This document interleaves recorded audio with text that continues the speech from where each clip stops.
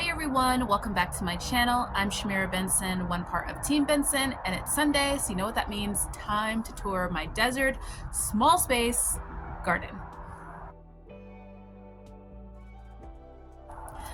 So guys, what an amazing week of rain that we got. We got so much rain this last week that the garden has like exploded, and it's so happy. It's producing well, and it's exactly what the desert needed, because we I swear we were in like some form of a drought because we didn't get a monsoon. So I feel like all the weathering patterns are kind of lining up. We got some hail, which hail is something that works in our garden, and it provides a lot of that ice that falls, just melts in there, and it's one of those like cycle things that you expect to be happening in your garden. So when it doesn't happen, you're like, uh-oh, something's wrong. I didn't have to run out and cover my greens to not get holes in them. So I'm excited that the weather's kind of like doing what it's supposed to be doing. Yet again, it probably should be a little bit colder, but it's doing what it's supposed to be doing, and we're looking good. So let me show you guys my garden. So we got a lot of new subscribers to my garden, so welcome to all of you guys. And for those of you guys that are new, I am a Jewish desert gardener, so you'll see gardening in the desert and kosher cooking on my channel, as well as like some holiday stuff and all that. So let's start out here with the nice, beautiful broccoli. So these things got nice and tall. Now, I do think there was a little too much nitrogen in the soil, because these leaves are gigantic, guys. Like, this is huge. And I'm starting to get heads on my broccoli, but I would love to see bigger heads coming in right away, especially before like the loosening starts to happen. I'm a little worried about this one, but over really giant leaves, because we want the broccoli for the broccoli crown, not the leaves. Sorry guys, we have some city motorcycles. Now, the leaves you can still eat. I do use them a lot for my garden and having like food for my worms, so you guys saw that in the video. But hopefully we get a lot more broccoli crowns. Now, we are getting some more like little side shoots, so remember, once you do pull your broccoli crown, don't cut down your broccoli plant, because it will produce all these little side shoots, which can produce way more broccoli than the actual crown. Now we have some cilantro over here looking amazing. We have our parsley that I had harvested that is starting to grow back and look really good. And then we have our random little pea that was the only thing that popped up over here out of all the peas I planted. We're just not going to talk about our pea season this year. It wasn't great. Now we also have some Ukrainian gold beets, as well as some Detroit red beets. Both of them are really pretty. Guys, look at this beetle. You guys see that? I don't know what that is, but I'm not going to touch it, and I don't want it to touch me. Now, this is my worm bin. I'm gonna have a full video on caring for my worm bin and different things like that. I have done some in the past, but I'm gonna do an updated one because I'm getting a lot of questions on it. Now, we also have my favorite pepper. This one is the sweet Marconi pepper. Look at how big these peppers are getting, guys. That's going to be a good harvest when these turn red.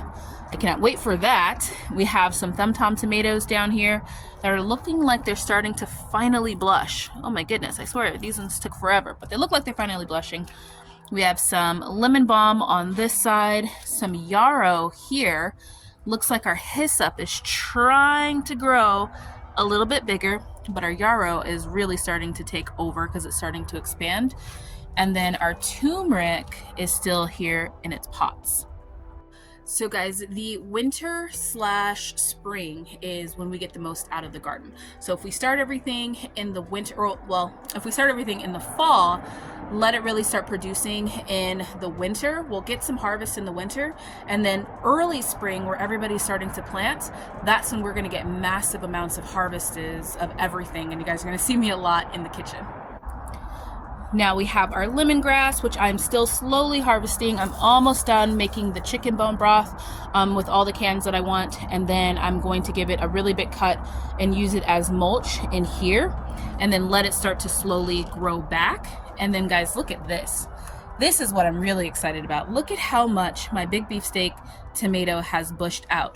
You can't even see the original Mighty Crop that's in there holding it up right there, and it's almost to the second one, and we're starting to get some flowers on it too. So I'm hoping that we get some really good tomatoes and a lot of tomatoes, but we have a lot of flowers, so my hopes are very high. We still have the radishes down there too that I need to go ahead and pull, so I am going to be doing a garden harvest pretty soon here, but we've just had a lot of veggies in the house. Now in here are potatoes, but they haven't started showing themselves yet, and behind here are tons of nasturtium. Probably gonna have to try and see if I can get this nasturtium to grow out, because I don't want to be pulling it out of my air vent. A wise gardener once told me, if you plant nasturtium once, you will have it for the rest of your life. And they weren't wrong. I planted nasturtium once, and it just keeps coming back. But I'm not mad about it. I need it for my skin. Now guys, look at how pretty this little bed is. Now normally, I always struggle with what I'm gonna plant in this bed. This year, I thought I'm going to really boost up on my celery salt, because I am running out of it in the freezer, and my actual celery salt too. So we have celery right here. We have some romaine lettuce, which is looking so good. Can't wait for a salad coming up here. We have a cilantro right there. And then we have collard greens, some Georgia collards all throughout here. Another cilantro, and these two are cabbages right here. And we have a random Roma tomato back there. Now, normally I do plant my Chinese cabbage. That is one of the favorite cabbages that I have in my garden, and one that we really love to eat. But this year, I didn't. I kind of forgot about it. I forgot that that was one of the ones that is on my normal list to plant, but I was so excited about just growing so many things this year, because I did expand the garden a little bit, and I wanted to get a lot of greens in the freezer, and my Georgia collards were at like the front of my mind, that I forgot about my Chinese cabbage. So next fall we're planting it. But look at this beauty. Look at how big she has gotten. Now guys, I am so thankful and grateful for my black cherry tomatoes. Now look at all of these flowers, and then if you come in here, you can already see tomatoes. I feel like we are going to have a really good harvest this year, because there are already tons of tomatoes and just more flowers on it, and the plant is really growing. Now guys, my black cherry tomato normally reaches about 20 feet. Now, I'm going to make a video about how I grow these really large vegetables in such a small space, because it does take planning, and it does take a lot of dedication to the soil. My plant has started to be able to grow. If I grow it in the same spot, it will grow there every 2 years versus every year. So sometimes I switch it up where I grow it, and sometimes I just take a year off. Last year was a forced year off, and where I really confirmed that suspicion. But it does provide so much that I will have bags and bags of black cherry tomatoes in my freezer, that it can last me for a couple of seasons, at least 2 years, like in the freezer, so that if I have to take a season off, it's not a big deal. Now down below we have our basil, which I just made a spaghetti with it because it's looking rough and it's already trying to go to flower. So what I'm gonna do is I'm gonna cut this all the way back again, like down to here somewhere, and let it kind of just go dormant and then grow back once the weather completely warms up. But these leaves are still good. Some of them are a little rough, so some of them I will be composting, but most of it is still good. But if it goes to flower, it just changes the taste, and I'd have to cut it back anyway. Over here we have our shishito peppers. We have our baby shishito pepper plants, which need to have their peppers picked off of them a lot earlier so they don't do this thing where they're like drying up a little bit. And then we have our big shishito pepper plant, which these are what we want. So in the beginning they look small and shrivelly like that right there, but then year 2 or even like later on in the year, they look like that. And guys, look, Miss Eggy, she's throwing off eggplants again. So those of you guys that are OGs of my channel, you know that me and Miss Eggy have been at this for a while. You guys can look at my first videos and see Miss Eggy in a small pot over there, I believe she was. And then she moved to over there, and now she's in her final spot where I have her still in a pot, because one day when we get land, I want to plant her into the ground and see if I can keep her forever, because it has already been 5 years, like 5 years it's been that this eggplant has been going, and now I'm just curious to see how long will she go. So also over here we have our cauliflower, which, look at these little baby cauliflower heads. Isn't that cute? That is adorable. I think that's the only one so far I have like a little head on. This one's trying to grow one, and I don't think this one's growing one yet. Nope. Maybe. But yes, little cauliflowers. That's gonna be fun. We have our mulberry tree, which is completely dormant. So she is happy. She's sleeping. She's dropped all of her leaves because it is kind of like our fall, essentially. Basically, it's our winter, but kind of like our fall. And then you'll see she'll start to grow her leaves back. You can see them slowly starting to peek through, but they'll be here this spring, and she'll be nice and big and leafy. Now, finishing up this side, we have our Anaheim pepper, which this thing is spicy. I planted this one. I thought it was a poblano pepper because I actually used the seeds from last year that I thought was a poblano pepper. Digging in the bed, I found this tag, so then I knew the plant from last year was not a poblano pepper. It was actually an Anaheim pepper. So we like chilies, so we just keep it there. We have a cabbage right here in a pot that is looking absolutely gorgeous and beautiful. This one is a Jersey cabbage, so it's going to have like a cone shape. Really lovely. I love this one. I'm probably going to pull some of these bottom leaves around it so it can start focusing on growing a bigger head on it. We have Big Nisi, which is our junior of Miss Eggy. It's her baby, essentially. So this one's growing in. We have these shishito peppers were sent to me by Mark. These ones are very hot. They're super hot. So these go in their own pot, and we're using these actually as chilies because they're super hot. And then we have up here is our peppermint, which I made a video on lamb, and I use this peppermint, so you guys will be able to get that recipe later on this week. Now on this side, our Dollar Tree pots are filling out. I am going to start planting my beans soon, so we're going to get the rest of these Dollar Tree pots filled up, plant some green bean, bush beans in there, and hopefully they'll grow well this year. But we have some celery. We have some thumb tom tomatoes that are finally starting to get like a little head on them. And then we also have some spinach. This one has some butter crunch lettuce, which just keeps getting bigger and bigger. And then we have some cilantro in there too. So here we have our first tomato or potato plant that has popping up. Now we have red potatoes around it, and then there was that random Yukon Gold that was right in the middle. So hopefully everything will grow well, and we'll see if we can grow 2 different types of potatoes so close together. But we have one that sprouted already. We have some thyme up here. These are my lemon thymes. They smell so good. We have a purple top turnip over here. One purple top turnip came in. So yes, so there we go. We're planting something else in this pot too. So I meant to plant it for 2-ish spot, but I missed it. So we're going to be planting it probably tomorrow. And we have our curry plant. Our curry tree is growing really nicely. It's a little dormant right now too. So hopefully it'll start coming back to life soon. So all of you guys that have been waiting for my hair oil video, it's gonna be this week because I think I have enough rosemary. It was the rosemary that I was trying to grow enough of because we used the rosemary so much during the holidays that plant just, it needed some zen time, stop pulling my leaves time. And this curry tree is a big part of my hair oil too. So Medicinal Friday, this Friday, that's what we're making. Now over here we have our Mexican dwarf lime tree, which is starting to grow some new branches on it. So that's nice. Now one of the things I do when I prune this is anything that looks like this is a dead branch. So I go through and I just cut that off. Unless it's pure white, I cut it off. If it's not, I leave it on. So like this one, I'm gonna be leaving on. Now we have some more collards up here. and some more celery right there.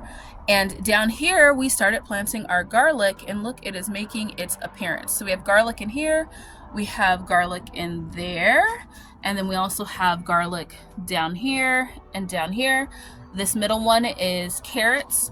Over here, we have some dinosaur kale and some collards. And then we also have some celery here and there, and then another dinosaur kale here. And then we have onions right down here. These ones are green onions. So I'm really happy that my garlic is starting to pop up because I wanted to plant my onions and I totally forgot where I put the garlic and I didn't film it. So I'm happy that it's popping up so that I know what spaces I have, because for me, I have to kind of tuck things in where I can fit them. Now moving down here, we have one little mustard green in there that grew a lot after the rains. All of these ones are empty, so we're going to be filling those. We have some dinosaur kale here, a Swiss chard here, like all this area is all Swiss chard. We have another romaine lettuce right there with some celery right there. A beautiful, beautiful butter crunch, guys. This is one of the ones I grew from the grocery store, and it has just blossomed and it looks absolutely beautiful. We have random garlic back there that I tucked in, another dinosaur kale. These ones are Brussels sprouts. Now I might be pulling these Brussels sprouts, guys, because I don't think that I have enough time to grow Brussels sprouts, because this did not get either enough sunlight or something, but I tried again and I don't think it's going to be a win. Now this one is going to seed, so I'm actually going to be pulling this one because I don't want to keep seeds from a grocery store plant, just because I don't know how it was grown. So this one I'm going to be pulling and giving this one to the worms. Look at that. See how it is all types of gross down there on those leaves, and see how this one is not gross, and this one, which is touching that one, is not gross. Your plant attracts insects, guys, when it's trying to go to seed, because it wants to produce this, but it needs to get rid of that to help it produce this. That's just a little food for thought. We have some more garlic popping up there, another dinosaur kale, more collard greens here, garlic just popping up everywhere, loving it, all tucked in with these collard greens. So guys, I made a video a long time ago called "There Are No Bad Bugs in Your Garden." Your garden's just trying to tell you something. And a lot of times people associate their plants getting attacked by aphids and insects and all these different things because their plants are just getting attacked. They're getting attacked for a reason. They want to go to seed, they want to produce, and sometimes it's a great year for you to grow something, and sometimes it's not a great year for you to grow something, and the plant just wants to go to seed. So spraying it with all types of chemicals never helps anything. It doesn't help the plant, it doesn't help you, because the plant's still going to do really what it wants to do, and if you try and force it to do something else, then you're just ingesting something that has been chemically sprayed by a bunch of things trying to force that plant to do that. Now that one was one from the grocery store, and when you buy those heads from the grocery store, you don't know if it's a 1 year or a 2 year head, you don't know. And then also when I planted that one, the weather wasn't great, so it was pretty hot, so that one is going to automatically try to go to seed, versus the other one that I planted that is doing really well. The point of that to say though is that I still got lettuce from there. I still was able to do Taco Tuesdays way earlier in my garden this year because I didn't have lettuce anywhere else, because I didn't want to put my seedlings out because I knew they would go to seed. So I put that one in there. We were able to continue to use lettuce, and we hadn't had to buy grocery store lettuce other than the other big one that I bought to kind of be its backup. Now moving down the row here, this is the rosemary. I've been waiting for it to get more rosemary on it. It's slowly starting to. I added some compost to it and it really has helped it. As you can see, there's some more like little baby leaves coming in here. So we're gonna use a lot of this old growth like this. Sorry guys, the motorcycles are real today. We're gonna use some of the old growth down here because I kind of want to shape it a little bit, and that's what I'm going to use to make my hair oil. Now we have some mustard greens here. This is one of my favorite greens. one of the hardest greens I have to grow because it takes so long, like takes so long to really get going versus like my collards, which just like sprout out. But I love this green, one of my favorite greens. Have some more collards right there. This is my herb bed, which is in my Vego herb garden. And we have some chervil right here, which I love chervil. It grows so pretty. I haven't grown it in a while because we had so much of it dried and frozen, but now I'm growing it because we ran out. And it looks absolutely beautiful. We have some oregano trying to grow behind it, some curly parsley there, some German thyme there. We have a sage right there. I thought that was dill, but I'm thinking it's just a weed, so I'm gonna pull that. Actually, I'm gonna smell it and see, but I think it is just a weed. And then we have some parsley there. And then we have some parsley there, and then we have some chives that I think that the winter weather got to. But I'm gonna leave the roots down in there because I transplanted this chive and it still was doing great until it got really cold. Now over here we have our Thai basil, which is absolutely gorgeous and beautiful. We've been using it slowly, like just some of the bottom leaves, because I love when Thai basil does this. I love the flowers, and it's gonna be really good food for the bees when they come in too. So I've been trying to use the bottom leaves versus these top ones, but the same thing, once I let this go to flower, the whole thing is gonna kind of just be done. Now below it here we have some sage, which is looking quite beautiful. Look at our leeks, guys. That rain really helped our leeks start to stiffen up and try to come in. So we have some leeks here. We have some celery here because there's celery everywhere in my garden. We have carrots back there, which are looking nice. Look at that stem on those carrots. They're looking good. And then we have our trio, which is rosemary, sage, and thyme. Now, should I have separated that trio? Yes, I should have. I know, you don't have to tell me. But I'm glad that I bought it, and I'm glad that I didn't separate it because I would have had... Now, should I have separated that trio? Yes, I should have. You don't need to tell me. I know I should have, but I didn't, and it's okay. I planted it all together.